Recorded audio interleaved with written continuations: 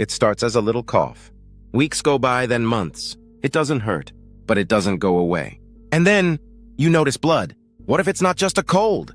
What if it's lung cancer? Lung cancer isn't always from smoking, and it's not always obvious. Subtle but critical signs include a cough that won't go away after 3+ weeks, wheezing or shortness of breath with no known cause, hoarseness or changes in voice, blood-tinged mucus when coughing, persistent chest pain, or shoulder pain. Even non-smokers can get lung cancer from genetics, radon gas, or air pollution. Don't wait for it to scream. If your cough won't stop, get checked. A scan can catch it early when it's still treatable. And share this. You might just save someone's life.